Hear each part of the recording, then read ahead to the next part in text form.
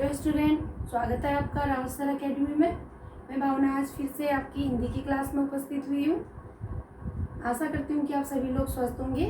जैसे कि पिछली कक्षा में हमने संधि के बारे में पढ़ा था। संधि में हमने स्वर संधि के 5 भेद के बारे में पढ़ा था।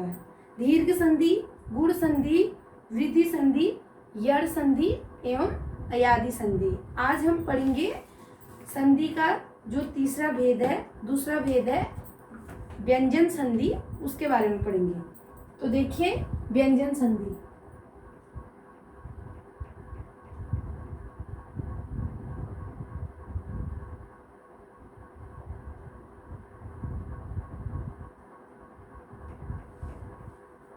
तो देखिए व्यंजन संधि में व्यंजन के बाद स्वर या व्यंजन आने से जो परिवर्तन होता है उसे व्यंजन संधि कहते हैं। व्यंजन के बाद स्वर या व्यंजन आने से जो परिवर्तन होता है उसे व्यंजन संधि कहते हैं। तो इसकी परिभाषा देखिए।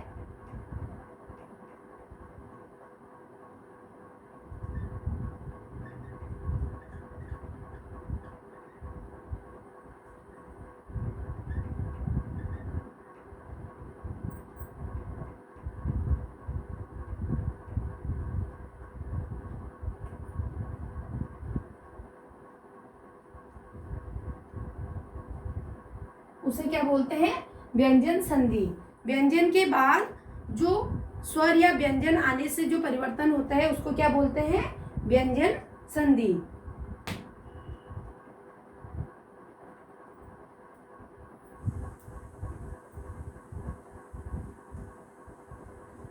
जैसे कि देखिए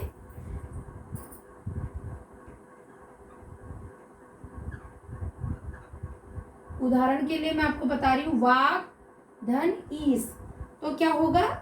वागीस।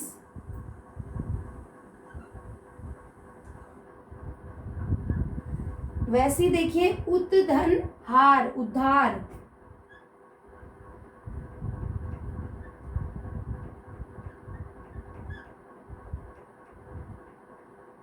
ठीक है। देखिए व्यंजन के नियम, उसके बाद आप देखिए व्यंजन के नियम। जो व्यंजन संधि है उसका नियम देखिए।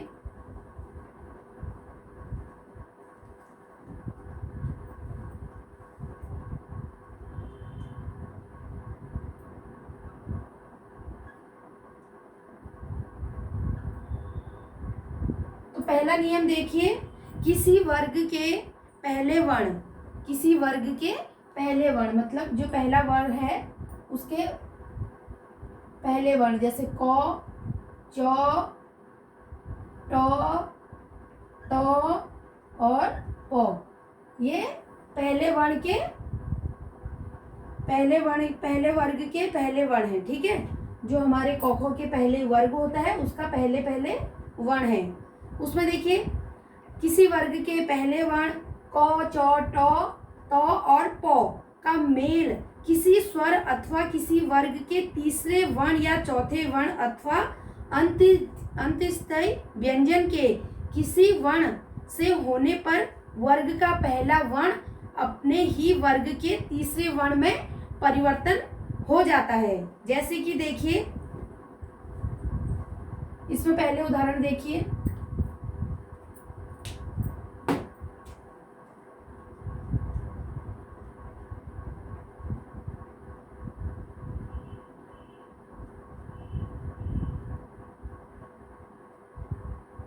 तो क्या बन जाएगा? दिग्गज।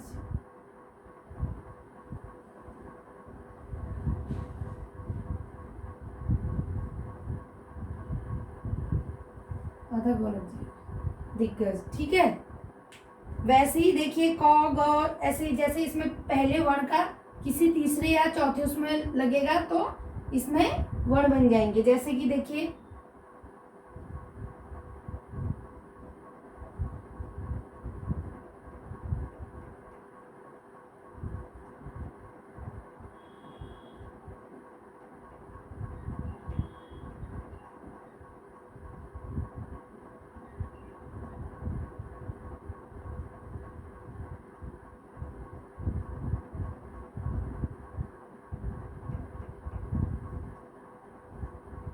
क्या?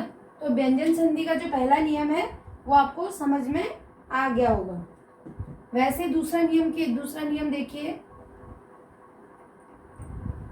यदि किसी वर्ग के पहले वर्ण क च ट त प का मेल किसी अनुनासिक वर्ण केवल न या म से हो तो उसके स्थान पर उसी वर्ग का पांचवा वर्ण हो जाता है। देखिए, किसी वर्ग का अगर पहले वर्ण, वही पहले वर्ण मैं आपको समझा रही हूँ, जो पहला वर्ण है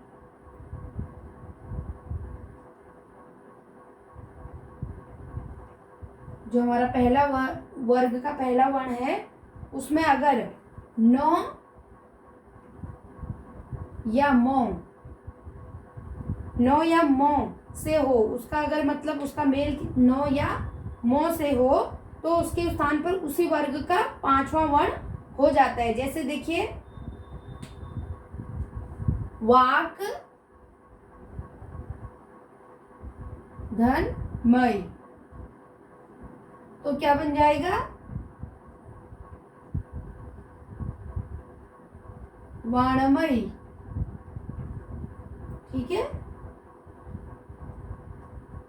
वैसे देखिए, सट धन मुख,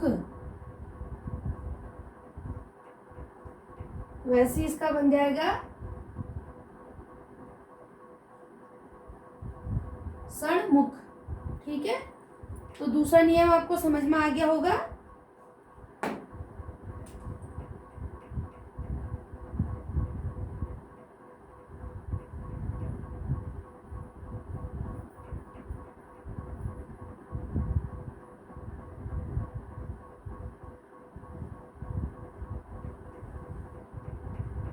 देखिए, जगन्नाथ हो जाएगा। ठीक है।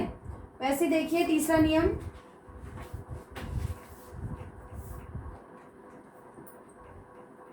दूसरा नियम मैंने आपको समझा दिया। वैसे तीसरा नियम देखिए, किसी भी ह्रस्व स्वर का आ का मेल छ्यों से होने पर छ्यों से पहले चौ जोड़ दिया जाता है। जैसे कि देखिए, किसी आ का ह्रस्व स्वर या आ का मेल छ से होता है तो छ से पहले क्या जोड़ दिया जाता है? चौ। देखिए, जैसे उदाहरण मैं आपको बता रही हूं, स्व धन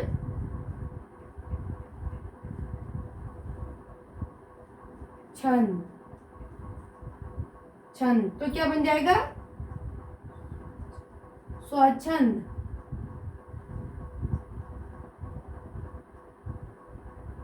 ठीक है। देखिए, छ से पहले हमने चौ लगा दिया यहां पर। वैसे ही अनु धन छेद, तो यहां पर अनुच्छेद, छ से पहले हमने चौ लगा दिया। ठीक है। तीसरा नियम,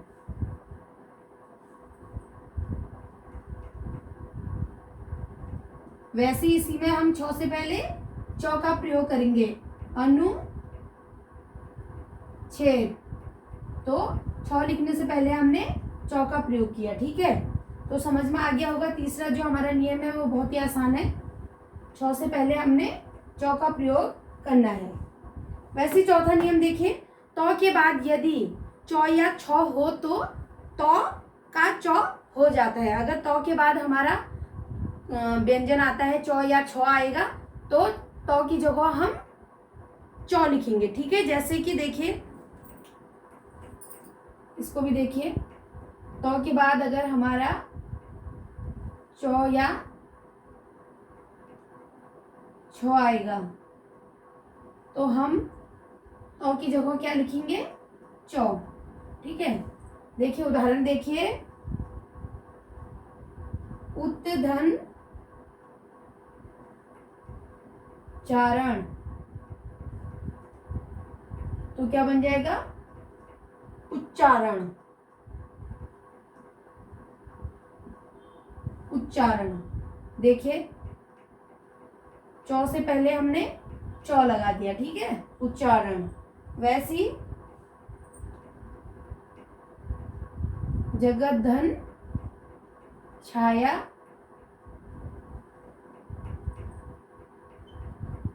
जग छाया। तो यहाँ भी हमने तो की जगह क्या लगा दिया, चौ। ठीक है, तो ऊपर जो हमारा तीसरा नियम था उसमें हमने छ से पहले हमने चौ का प्रयोग किया था। इसमें हम तो की जगह चौ का प्रयोग करेंगे। ठीक है, तो की जगह हमने किसका प्रयोग कर दिया, जो हमारा ये तो है उसकी जगह हमने ये चौ का प्रयोग कर दिया चौथे नियम में। ठीक है, समझ में आ गया होगा, आसान है बहुत ही। वैसे देखिए पांचवा नियम, तो के बाद संधि, तो के बाद यदि जो या झ हो तो जो में बदल जाता है। तो अगर तो के बाद हमारा जो या झ का प्रयोग होता है तो हमारा किस में बदल जाएगा, जो में। तो हमने यहाँ पर तो की जगह जो का प्रयोग करना है। वैसे देखिए सत्य धन जन, तो देखिए तो यहाँ क्या बन जाएगा, सज्जन। क्या बन जाएगा, सज्जन। तो देखिए तो के बाद हमारा जो या झो, तो के बाद हमारा जो आया है। ठीक है, तो यहाँ किसका प्रयोग हो जाएगा, जो का। तो क्या बन जाएगा, सौ आधा जो नो, सज्जन। ठीक है, वैसे ही दूसरा देखिए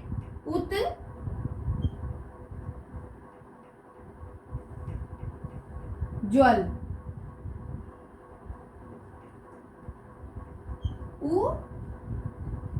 उज्ज्वल। क्या बन जाएगा, उज्ज्वल।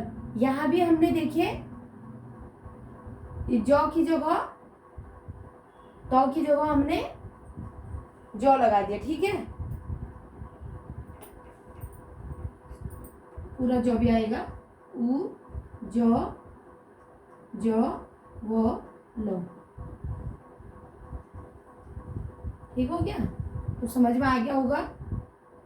जी जो है यहाँ हमारा ये जो लगा दिया।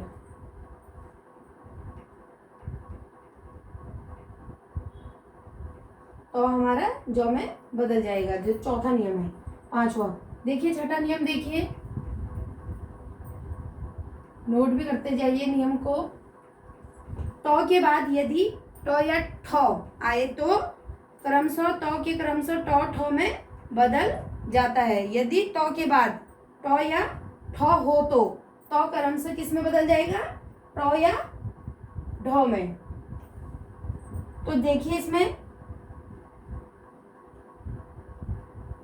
उत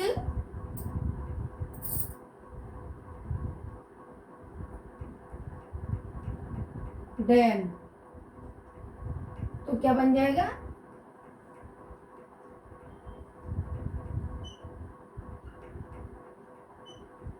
हमने टो या ढो का प्रयोग करना था ना, तो ये ढो का प्रयोग हमने कर दिया छठे नियम में। देखिए सातवां नियम, हम व्यंजन के नियम के बारे में पढ़ रहे हैं। देखिए सातवां नियम, तो के बाद यदि लौ हो तो लौ में बदल जाएगा। अगर तो के बाद लौ आएगा तो भी हमारा लौ में परिवर्तन हो जाएगा। ठीक है, तो के बाद अगर हमारा लौ आता है तो ये तो हमारा किस में बदल जाएगा, लौ में।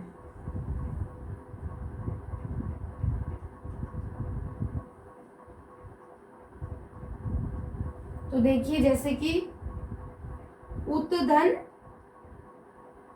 लास,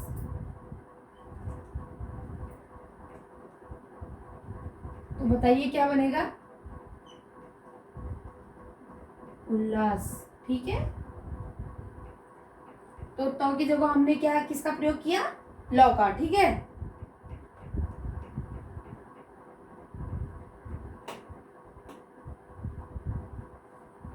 तो वैसे ही देखिए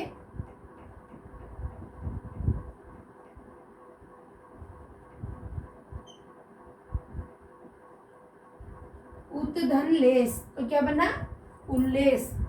तो के स्थान पर हमने ल का प्रयोग किया है। ठीक है, जो हमारा 7वां नियम है व्यंजन का। देखिए 8वां नियम,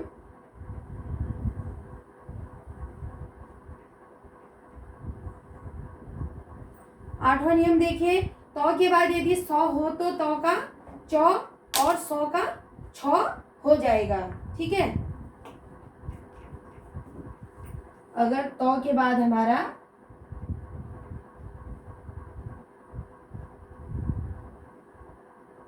100 हो तो क्या बन जाएगा, तो का क्या बन जाएगा, चौ और 100 का बन जाएगा छ। समझ में आया, जो 8वां नियम है। अगर तो के बाद हमारा 100 होगा तो का हमारा चौ बन जाएगा और 100 का हमारा छ बन जाएगा। ठीक है, जैसे ही देखिए उत्धन श्वास, तो क्या बनाएगा,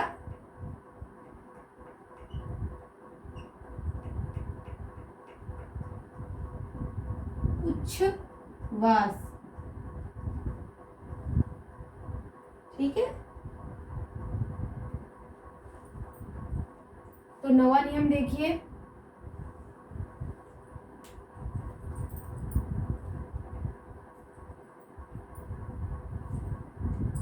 तो के बाद यदि हो तो के स्थान पर द और ह के स्थान पर ध का प्रयोग हो जाएगा। देखिए तो के बाद यदि हमारा हो आता है तो का हमारा दो बन जाएगा और हो का धो। समझ में आया, जो 9वां नियम है, यदि तो के बाद हो आता है तो का हमारा क्या बन जाएगा, दो और हो का बन जाएगा धो। तो देखिए जैसे कि उदाहरण में आपको बताती हूँ।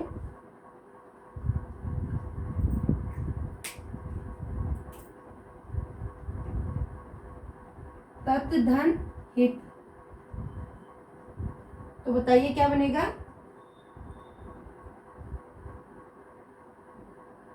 तदित। ठीक है, उत्धन हार,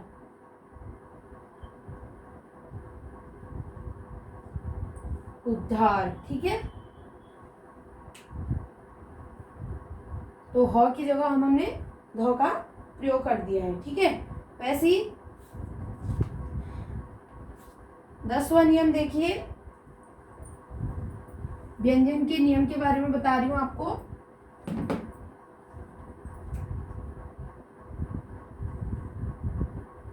देखिए यदि री र सौ के बाद न व्यंजन आता है तो न का अण हो जाता है। ठीक है, देखिए री र और सौ,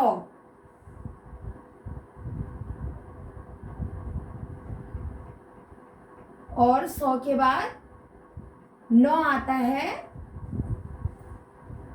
न व्यंजन आता है तो नौ का क्या बन जाएगा, तो इसका क्या बन जाएगा, अणो। ठीक है, 10वां नियम देखिए, तो देखिए उदाहरण में आपको बता रही हूं।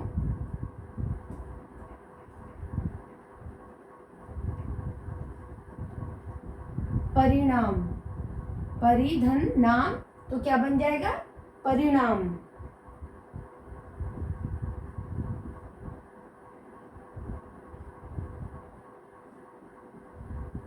तो क्या बन जाएगा, रामायण।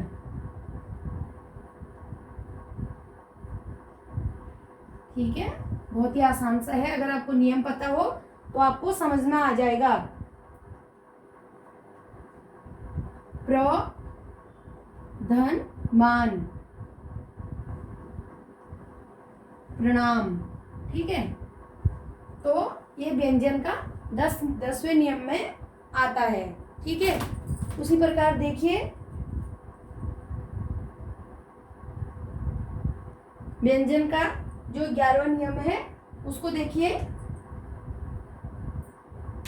देखिए 11वां नियम, मौ का मेल क से मौ तक के किसी भी व्यंजन वर्ग में होने पर मौ उसी वर्ग के पंचमाक्षरण अनुस्वार में बदल जाता है। जैसे समधन कलन, तो सम क्या बन जाएगा, समकलन। समधन गति, तो क्या बन जाएगा, सगति। ठीक है। वैसे ही देखिए,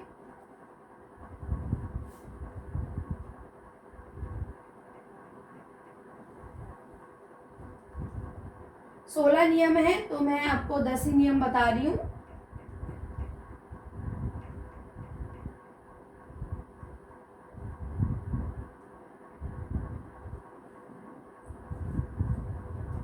आपको बता देती हूँ एक बार।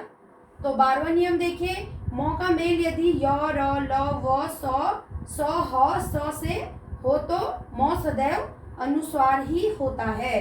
देखिए 11वां नियम बता दिए। देखिए 12वां नियम देखिए,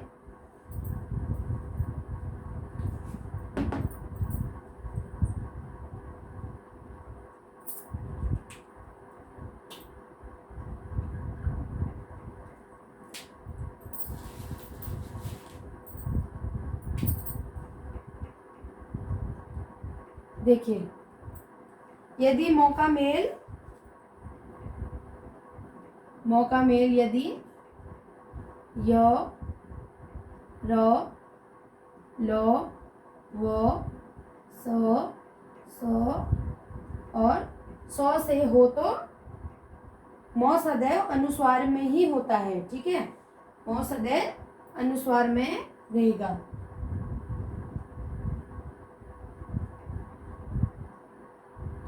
तो देखिए उदाहरण देखिए, जैसे कि समधन योग, तो क्या बन जाएगा, संयोग। ठीक है।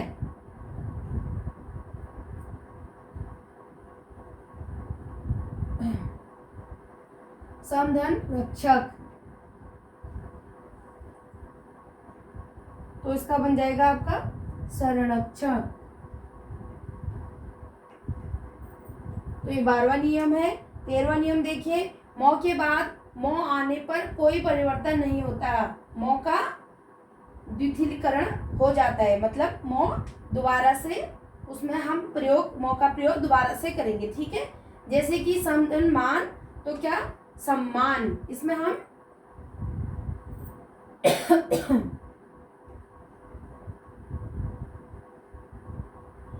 मौ का दोबारा से प्रयोग करेंगे, सम्मान। ठीक है, इसमें हमने मौ का दोबारा से प्रयोग किया है। ठीक है। वैसे ही देखिए समधन मति सम्मति,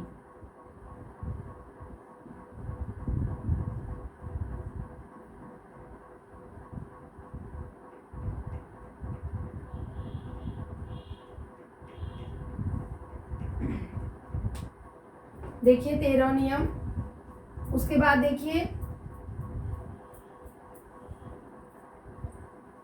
सौ से पहले औ आ से भिन्न स्वर हो तो 100 का 100 हो जाता है। ठीक है, जो 13वां नियम है। 14वां नियम है, उसको देखिए।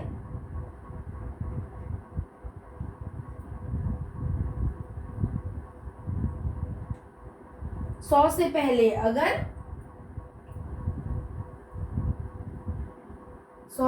अगर ओ और आ का प्रयोग आता है तो 100 को हम 100 का 100 में प्रयोग करेंगे। ठीक है। तो देखिए विधन सम, तो क्या बनेगा, विषम। ठीक है। तो ये व्यंजन के नियम में आते हैं ये सभी। विधन साध, विषाद। ठीक है।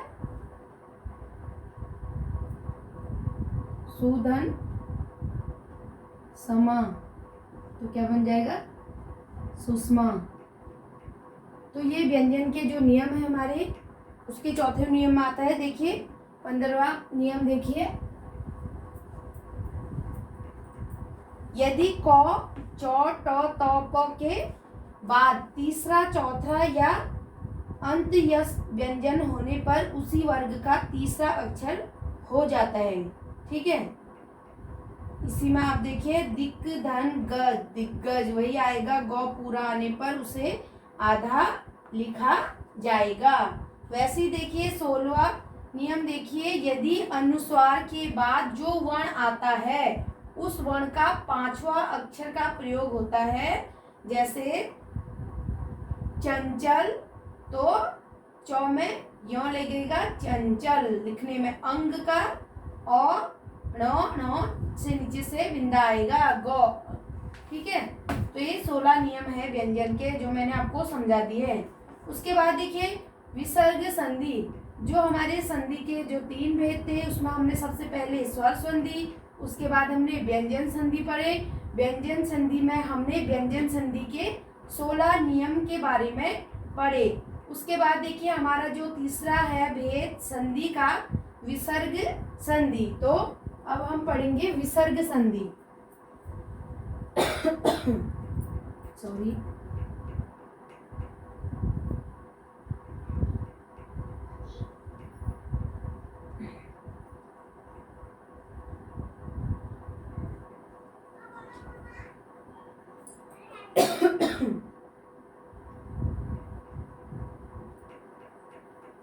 देखिए विसर्ग संधि में जिस शब्द में विसर्ग होता है तथा उसके आगे वाले शब्द स्वर या व्यंजन के मेल से जो विकार उत्पन्न होता है या जो परिवर्तन होता है उसे हम विसर्ग संधि कहते हैं। जो विसर्ग संधि की परिभाषा है उसको देखिए, जिस शब्द में विसर्ग होता है, जो हमारा शब्द है जिस शब्द में विसर्ग होता है, अगर जिस शब्द में विसर्ग होता है तथा उसके आगे वाले शब्द स्वर या व्यंजन होते हैं और उसके आगे वाले शब्द स्वर या व्यंजन होते हैं,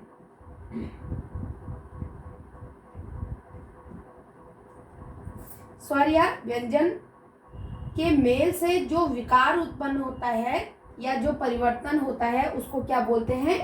व्यंजन विसर्ग संधि। ठीक है, यदि किसी शब्द में विसर्ग होता है और उसके आगे वाले शब्द स्वर या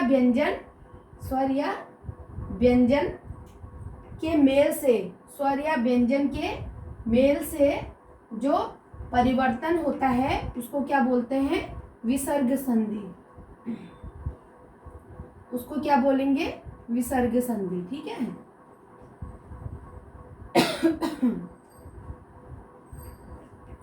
तो आपको समझ में आ गया होगा। जो विसर्ग संधि है, किसी भी अगर कोई शब्द है उसमें विसर्ग होता है और उसके आगे वाला स्वर या व्यंजन के मेल से जो परिवर्तन होता है उसको क्या बोलेंगे? विसर्ग संधि। तो जैसे देखिए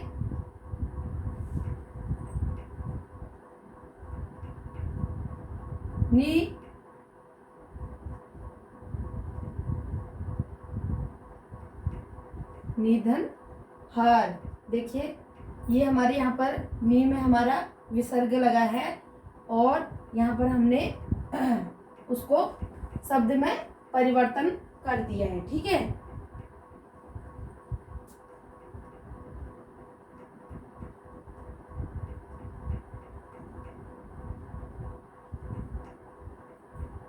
निश्चल। ठीक है, 2 उदाहरण मैं आपको बता रही हूँ। उसके बाद देखिए विसर्ग संधि के नियम। जो विसर्ग संधि है उसके नियम देखिए। तो विसर्ग संधि के भी मैं आपके 7 नियम के बारे में समझाऊंगी और उसके बाद अपवाद, जो अपवाद है उसको भी हम कल पढ़ेंगे। ठीक है, उसके बाद समाज है, समाज के बारे में भी हम अगले वीडियो में देखेंगे। समाज एवं समाज के भेद,